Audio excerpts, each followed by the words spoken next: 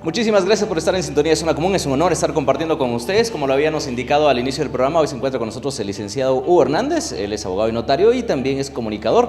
Así que hoy voy a tener el privilegio de preguntarle a alguien que normalmente le pregunta a todos en la radio. Así que bienvenido a Zona Común. Lick, es un honor tenerlo con nosotros. El honor es mío, Uri. De verdad, muchas gracias. Gracias. Queremos hablar sobre algo muy importante, sobre la familia, sobre quién debe educar a los jóvenes y qué es lo que está pasando ahora mismo, que ya la próxima semana, el 9 de febrero, estará ya el Congreso nuevamente tomando lectura de esta iniciativa de ley, que es la Ley de la Juventud, aunque se especula que se va a mandar a una comisión específica, pero muchos de nosotros no sabemos. Se hizo una encuesta con jóvenes y decía que el 83% de los jóvenes no están ni enterados de la Ley de la Juventud y no sabe quién la está promoviendo. Entonces, si los jóvenes que son los interesados de esta ley no están enterados, imagínense los padres de familia, y por eso queremos platicar un poquito de ello, licenciado, así que por esa razón es el que se encuentra con nosotros. Bueno, gracias. Sí, es un proyecto. Vea, en realidad fueron dos iniciativas de ley.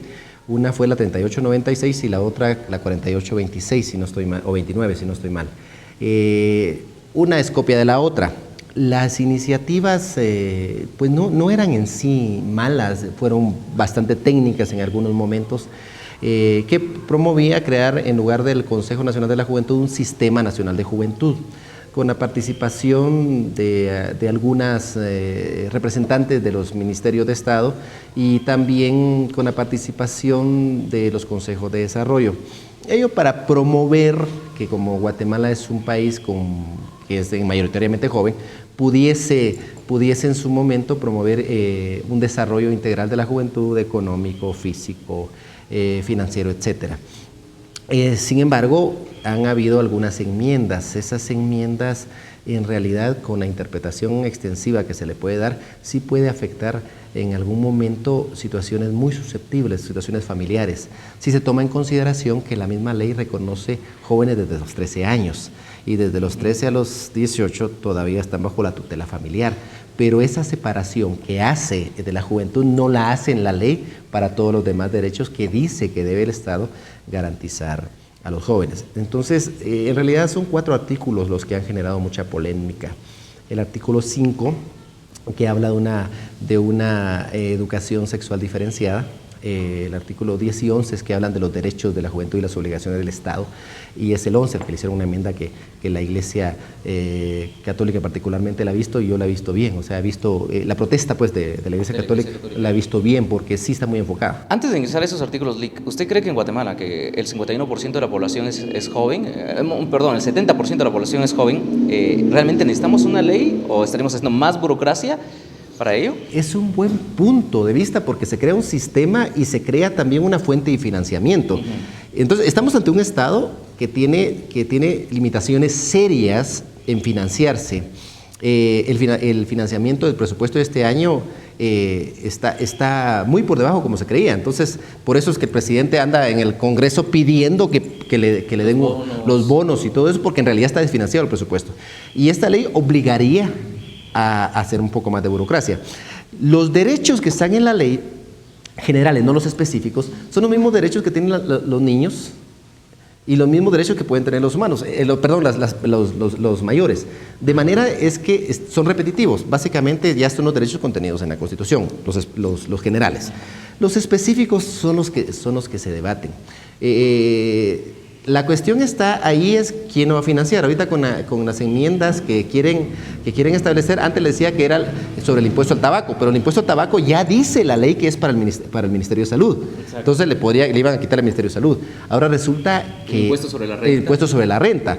El problema es que en este momento, sin ánimo de ofender susceptibilidades, hay necesidades más profundas que crear una nueva burocracia. O sea, creo yo que no es el momento de crear nueva burocracia porque no tenemos las posibilidades económicas.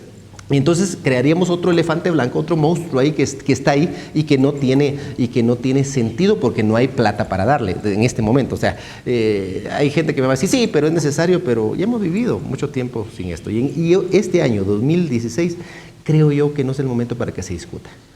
Cuando vemos que la ley habla de los desde menores desde 13 años, menores de edad, hasta 30 años aproximadamente, existe la Ley de Protección Integral de la Niñez y Adolescencia que beneficia a los niños hasta los 18 años y la Constitución y el resto de legislatura guatemalteco de 18 en adelante. Entonces, ¿no cree que hay una doble legislación para cada persona? Eso es un problema cuando se denominan en Estados Unidos.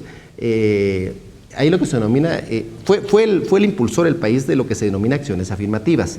Las acciones afirmativas son aquellas acciones que tienden a descompensar la desigualdad, como para mantener la igualdad. Entonces, había población negra que era segregada. Entonces, lo que obligó a Estados Unidos, por ejemplo, algunas universidades, era a aceptar personas de raza negra simplemente por ser de raza negra, para venir a nivelar. Eso se llaman acciones afirmativas. Fue el que propuso eso y el que inició esto.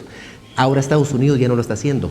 California el año pasado quitó todas las acciones afirmativas y todos los estados han venido haciendo porque también al mismo tiempo que quisieron ayudar, también crearon otros problemas. Entonces ya no se está haciendo. Sin embargo, los países, digamos, la ayuda internacional viene a establecerlas acá. Yo siempre he dicho, por favor, oblíguennos a hacer lo que les funcionó a ellos, no las pruebas, porque generalmente vienen a obligarnos a realizar lo que ellos están probando ahorita y que no necesariamente les está funcionando. Entonces, que deberían de obligar a lo que sí les funcionó, lo que ya se caracterizó que sí les funcionó.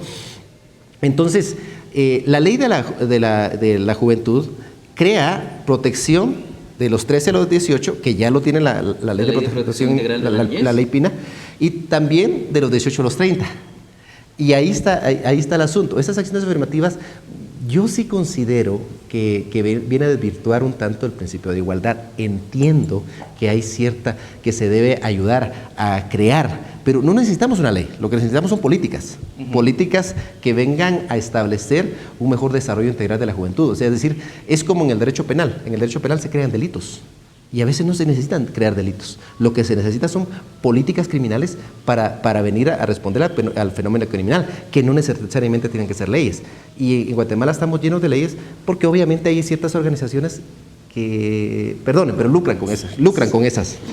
Con lo que usted decía, con las acciones afirmativas, Martin Luther King decía que la sobretutela de un derecho lo único que hace es de que culturalmente lo hace a uno menor, porque entonces dice, voy a llegar a la universidad porque soy de color, ¿no? Y punto, pero nunca llegué a ser realmente igual, ¿no? Y estamos hablando de Martin. ¿De la misma forma? Sí, absolutamente de acuerdo. Recuerde que él fue quizás uno de los hombres más representativos del ideal de libertad y es uno de los hombres que más se admira en el siglo XX.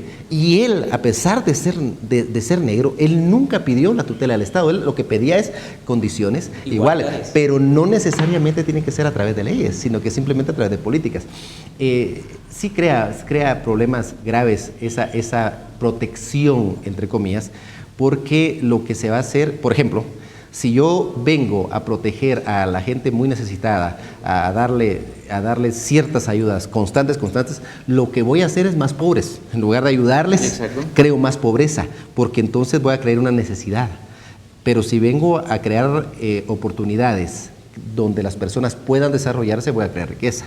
Y ese es un problema que en Guatemala se está dando muchísimo. Me tengo que ir a un corte comercial, pero le lanzo la pregunta. Usted dijo algo importante. ¿Por qué vienen a experimentar?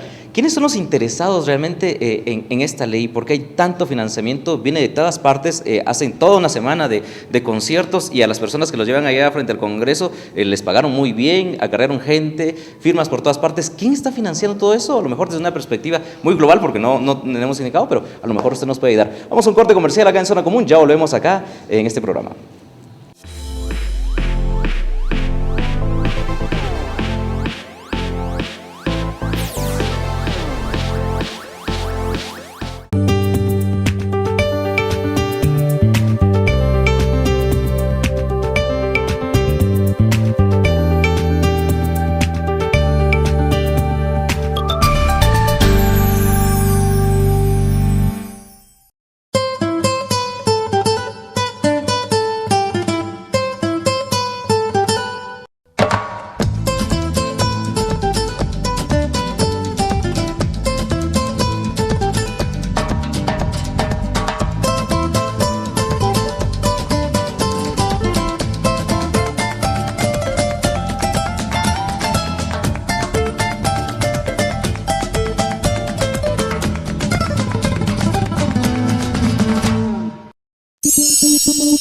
En Quetzaltenango, basta con abrir la llave para obtener agua.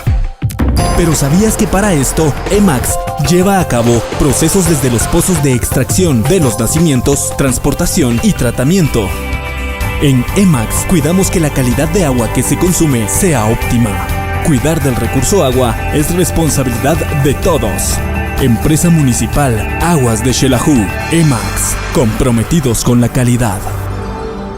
A veces no es fácil de día a día vivir, encontrar ese momento, las palabras que decir. Como naves vamos tú y yo, cambiando dirección.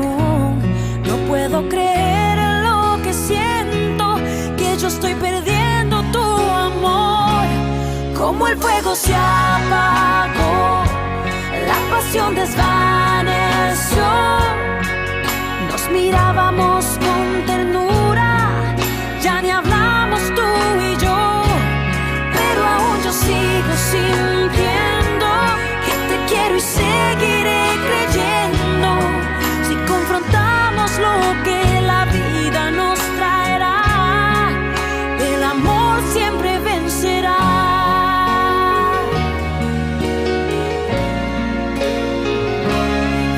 Se nos